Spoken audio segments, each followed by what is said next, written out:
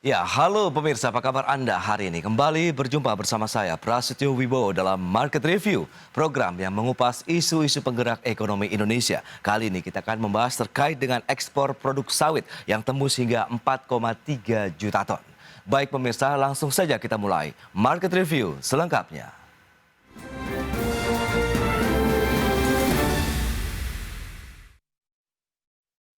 Ya, Gabungan Pengusaha Kelapa Sawit Indonesia atau GAPKI mencatat ekspor produk sawit Indonesia pada Agustus tahun ini mencapai 4,33 juta ton.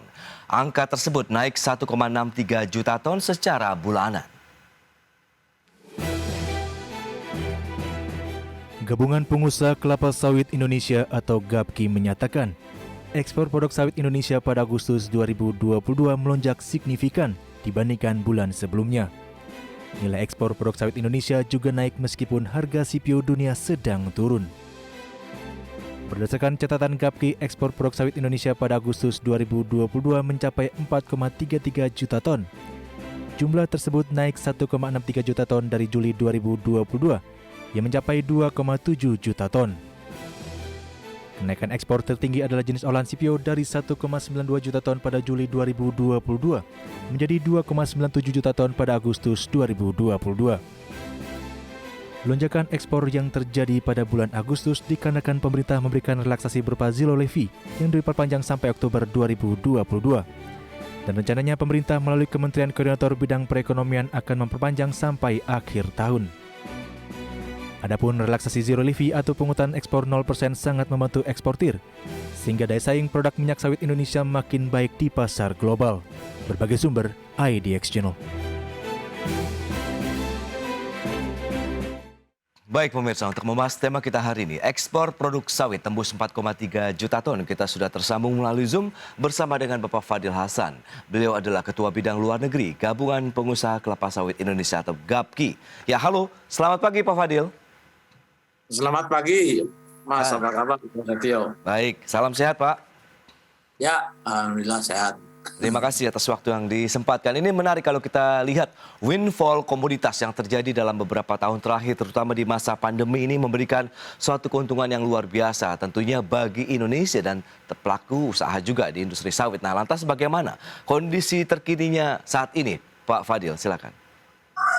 Ya, kalau kita lihat dari sisi produksi sebenarnya di secara tahunan ya, perbandingan 2021 dengan 2022 itu menurut saya nanti akan mengalami penurunan ya, dan ini juga sudah tercermin di bulan sampai bulan Agustus di tahun 2022 itu kan sekitar 3 juta lebih rendah dibandingkan dengan Januari Agustus 2021. Ya, tapi kemudian kalau kita lihat dari sisi ekspor, kita melihat bahwa di semester kedua ini saya kira akan terjadi peningkatan ekspor dibandingkan dengan di semester pertama. Nah, namun demikian kita juga harus melihat secara keseluruhan karena di semester pertama ini ekspor kita tuh drop ya. Okay. Karena adanya berbagai restriksi sampai kepada larangan ekspor itu, maka secara keseluruhan nanti di tahun 2022 itu ekspor kita itu masih tetap akan lebih rendah dibandingkan dengan 2021. Kalau dari sisi harga, kita melihat memang sekarang ini kan trennya lagi menurun, sehingga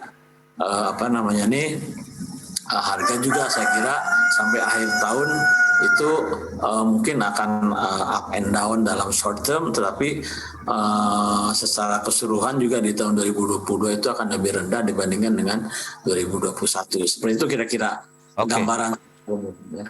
Tapi dengan kondisi yang saat ini begitu dihadapi tantangan lebih lanjut begitu yang sudah dipetakan oleh teman-teman GAPKI untuk terus mengembangkan dan juga meningkatkan ekspor produk sawit kita, apa saja ini Pak?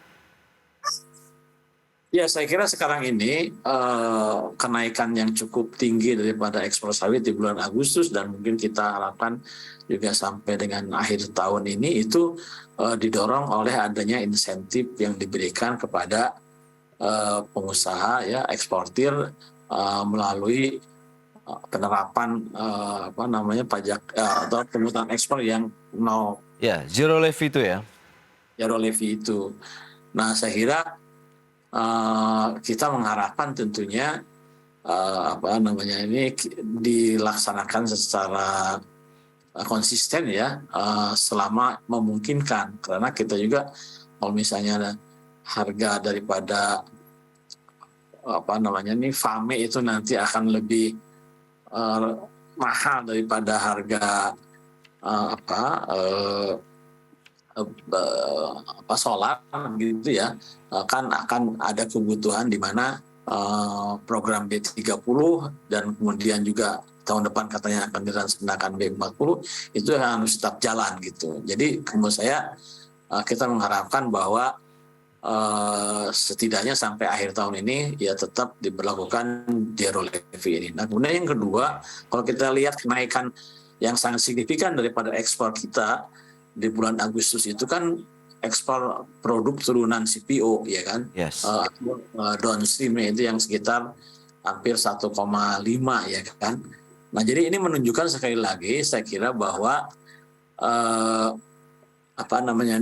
hilirisasi ya.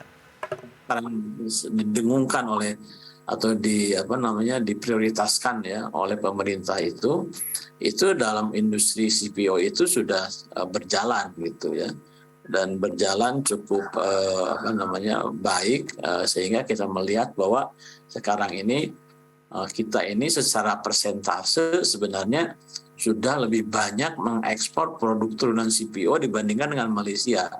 Malaysia itu sekarang CPO-nya yang diekspor itu sekitar 19%, ya kan? Kalau kita ini di tahun 2021 bahkan sampai sekarang ekspor CPO kita ini mungkin kurang daripada 10%. Sisanya itu adalah produk turunan CPO. Jadi program hilirisasi itu sudah cukup berjalan dalam industri CPO ini, ya. Baik, hilirisasi kan memang membutuhkan lagi produksi begitu lebih lanjut dari sisi penggunaan teknologi, kemudian pabrik-pabrik yang bisa memproses lebih lanjut dari CPO-nya sendiri. Dan sejauh ini kesiapan dari hilirisasi ini dari pabrikan, kemudian bisa dikatakan teknologi yang digunakan ini sudah sesuai dengan kondisi yang ada sehingga mampu meningkatkan kinerja ekspor produk sawit kita, Pak Fadil. Ya, kalau kita lihat memang masalahnya justru di hulunya sekarang ini. Jadi saya mengatakan bahwa produksi di tahun 2022 itu akan lebih rendah ya dibandingkan dengan tahun 2021 ya. Nah, karena memang kalau kita lihat kenaikan dari produksi yang kita alami itu lebih banyak dihasilkan oleh adanya ekspansi ya area dibandingkan dengan peningkatan produktivitas. Bahkan sebenarnya produktivitas itu boleh dikatakan declining kalau tidak stagnan itu. Nah, sekarang ini peningkatan area ini, ekspansi area ini kan sangat terbatas ya karena adanya restriksi dari pemerintah sendiri ya, kemudian juga memang adanya keterbatasan lahan gitu dan juga berbagai faktor lainnya gitu. Sehingga ke depan ini kita harus memang memicu produktivitas ini ya kan, harus mendorong produktivitas yang lebih baik lagi sehingga kenaikan produksi ini itu bisa dihasilkan kenaikan produktivitas itu. Nah, sebenarnya kalau produksi kita, kalau kita lihat ya 3 tahun terakhir, produksi kita itu trennya itu menurun, Mas Prasetyo ya. Jadi memang ini sesuatu yang saya kira cukup memprihatinkan ya, karena kalau misalnya kita mendorong hilirisasi tanpa adanya jaminan sustainability dari hulu ya, pasokan sustainable dan memadai dari hulu, itu kan sama juga tidak akan ada membawa dampak yang inilah yang Betul. Berikut ini kami sampaikan infografik untuk Anda terkait dengan nilai ekspor produk sawit Indonesia. Ya, seperti yang bisa Anda saksikan ini perbandingan dari bulan Juli tahun 2020 dan Agustus. Pada bulan Juli, nilai ekspor kita mencapai 3,8 miliar dolar Amerika. Kemudian di bulan Agustus meningkat menjadi 4,8 miliar dolar Amerika, sehingga ada kenaikan sekitar 900 juta dolar Amerika. Itu dia untuk ekspor produk sawit ya. Berarti memang tadi ini hilirisasi yang bisa dikatakan berhasil dilakukan oleh pemerintah untuk semua komoditas termasuk juga CPO. Selanjutnya kita lihat dari sisi harga CPO untuk CIF Rotterdam 2022 Juli itu sekitar 1.203 dolar Amerika per ton. Sementara di bulan Agustus ada penurunan menjadi 1.095 dolar Amerika per ton. Dan lantas bagaimana dengan produksi sawit nasional? Ya, di bulan Juli tercatat 3,8 juta ton, kemudian Agustus meningkat hingga 4,3 juta ton, sehingga ada penambahan lagi 503 ribu ton. Baik, kita akan lanjutkan kembali perbincangan bersama dengan Bapak Fadil Hasan, Ketua Bidang Luar Negeri, Gabungan Pengusaha Kelapa Sawit Indonesia GAPKI. Ya, halo Pak Fadil. Ya, halo. Ya, kita akan lanjutkan kembali Pak. Ini bicara mengenai produksi CPO, sawit kita begitu. Anda katakan tadi dalam beberapa tahun terakhir ini mengalami penurunan begitu ya Pak Fadil. Tapi kalau kita lihat Juli ke Agustus sudah ada peningkatan 503 ribu ton menjadi 4,3 juta ton. Nah, apa yang bisa kita cermati? Beberapa tantangan yang Anda katakan utama adalah areal tanaman begitu dari kelapa sawit yang terbatas karena posisi hulu yang ini saat ini dicermati oleh teman-teman GAPKI. Apa yang bisa kita sampaikan juga nih kepada pemirsa? Apa yang sudah disiapkan strategi-strateginya Pak Fadil? Ya, memang kalau kita lihat perbandingan antara semester pertama dengan semester kedua, biasanya memang di semester kedua itu lebih tinggi dibandingkan dengan semester pertama. Ya. Tapi kalau kita lihat perbandingannya itu antara tahun gitu ya, tahun 2022 dibandingkan 2021, kan di sini dalam data yang kita rilis itu secara on year-nya itu sampai bulan Agustus itu produksi 2022 itu 31,6. Sementara di tahun 2021 itu adalah 33,6, jadi sekitar drop 2 juta ya kan, di tahun 2022 sampai bulan Agustus itu. Nah, memang tadi saya sampaikan persoalannya itu adalah batasan lahan ya kan, dan juga saya kira ada faktor peremajaan rakyat yang sekarang ini kan sedang digalakkan juga oleh pemerintah lewat dana dari BPDPKS itu ya kan. Nah, ini juga saya kira berpengaruh terhadap produksi. Nah, tentunya kita tidak mengharapkan ya bahwa ke depan itu akan ada perluasan areal dari perkebunan kelapa sawit ini secara besar-besaran, misalnya seperti yang terjadi di masa-masa yang lalu begitu ya. Jadi sekali lagi saya menekankan peningkatan produktivitas. Nah, produktivitas itu bisa ditingkatkan ya. Itu kalau misalnya ada perbaikan mutu daripada bibit yang ditanam kan gitu. Nah, ini kan masalah menyangkut teknologi ya kan. Pembibitan itu kemudian juga mungkin pemeliharaannya dan seterusnya. Nah, ini kan tantangan dari sisi R&D gitu ya, research and development dari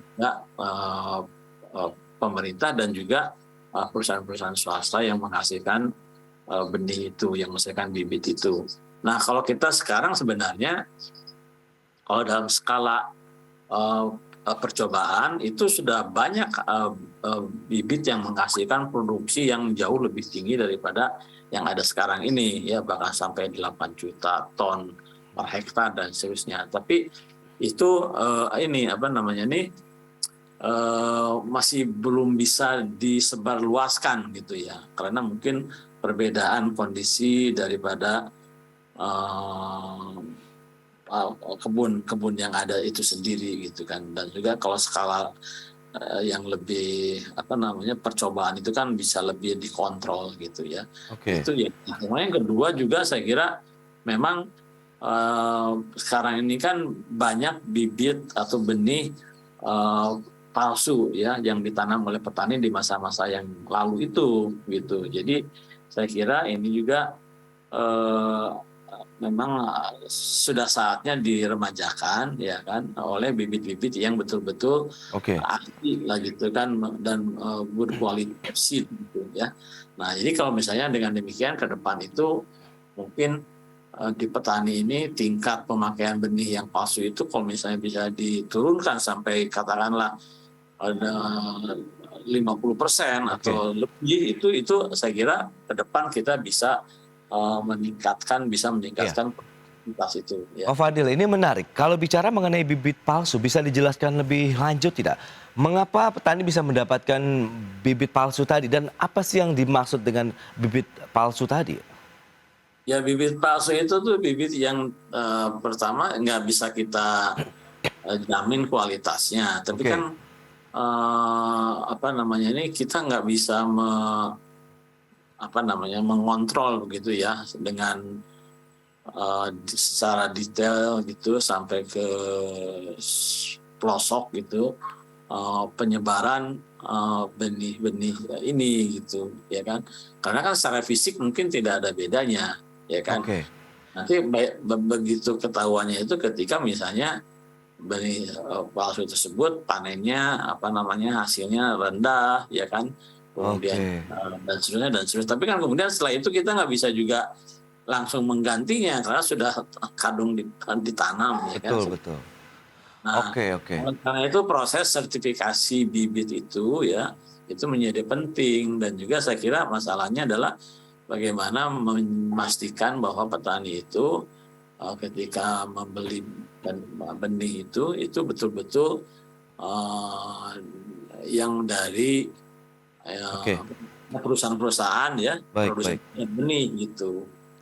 Nah, kalau kita bicara mengenai kondisi seperti ini, Gapki mungkin sudah menjalin komunikasi dengan pemerintah bagaimana menjaga sisi hulunya begitu. Karena kan kemarin harga tandan buah segar ini juga banyak dikeluhkan petani begitu dengan harganya yang murah begitu. Dan sekarang kemarin sudah beragam kebijakan, program sudah mulai meningkat lagi. Ya, Pak Fadil, dengan kondisi yang ada begitu lantas komunikasi, koordinasi apa yang sudah dilakukan oleh teman-teman pelaku usaha begitu untuk bagaimana mensinergikan begitu ya antara hulu dan hilir sehingga produksinya kita tetap terjaga, kemudian ekspornya juga masih tetap terjaga dari sisi produksi turunannya, kemudian pasti akan meningkatkan juga kesejahteraan baik dari petani maupun pelaku usaha dari sisi hilirisasinya. Silakan Pak Fadil.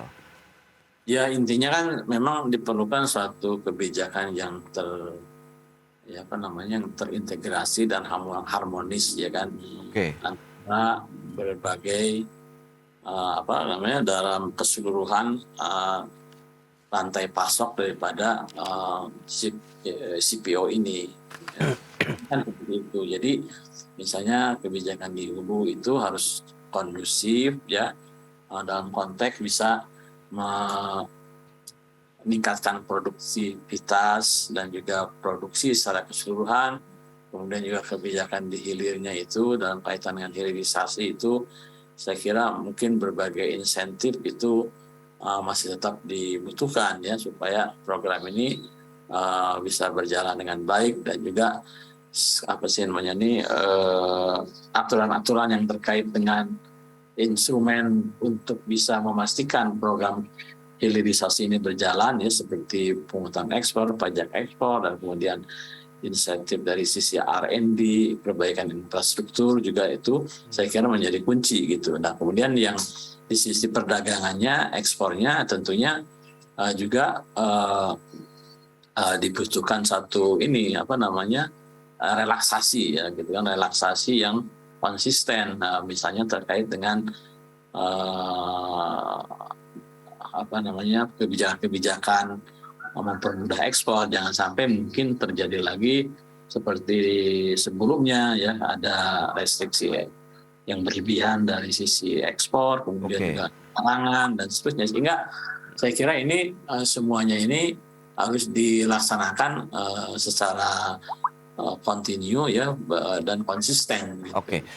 Baik, Pak Fadil, di tengah kenaikan ekspor sawit, tapi stok sawit di dalam negeri kok justru turun begitu ya, menjadi Ya itu memang gimana, Pak? karena waktu kita melarang ekspor itu Ya, kan stok itu melonjak, bahkan sampai bulan Juni tahun 2022 ini stok itu mencapai 7,2 juta ton, ya kan? ya. Itu kan biasanya kita normal itu sekitar 3 sampai 4 juta lah, ya kan? Oke. Nah, sekarang ini kan stok sudah turun sekitar 4 juta karena ada kenaikan produksi ekspor di bulan Juli dan bulan Agustus yang sangat signifikan itu, ya kan? Nah, justru sekarang ini kan stok tinggal 4 juta lagi. Dan mungkin kalau misalnya ekspor kita tetap tinggi ya di akhir tahun sampai akhir tahun ini. Nah, sementara dari sisi pasokan, dari sisi produksi kan tadi saya menyampaikan bahwa di semester kedua ini masih akan lebih tinggi dibandingkan semester pertama, tetapi saya kira kalau dorongan ekspor itu permintaan ini masih tetap tinggi, itu mungkin tidak cukup juga untuk bisa memenuhi permintaan tersebut, sehingga stok itu mungkin juga diperkirakan akan menurun gitu. Baik. Oke, sebenarnya berarti ya masih banyak ya pekerjaan rumah yang harus segera dituntaskan begitu. Yang penting adalah sinergi pelaku usaha begitu, petaninya juga, sehingga kesejahteraannya akan merata begitu dari semua pihak yang berkompeten begitu, yang berhubungan langsung dengan industri kelapa sawit atau CPO di dalam negeri. Baik, Pak Fadil, terima kasih banyak ini atas waktu dan juga sharing yang Anda berikan untuk pemirsa IDX Channel. Selamat melanjutkan aktivitas Anda kembali. Salam sehat, Pak Fadil. Terima kasih Mas Prasetyo, sama-sama. Salam sehat.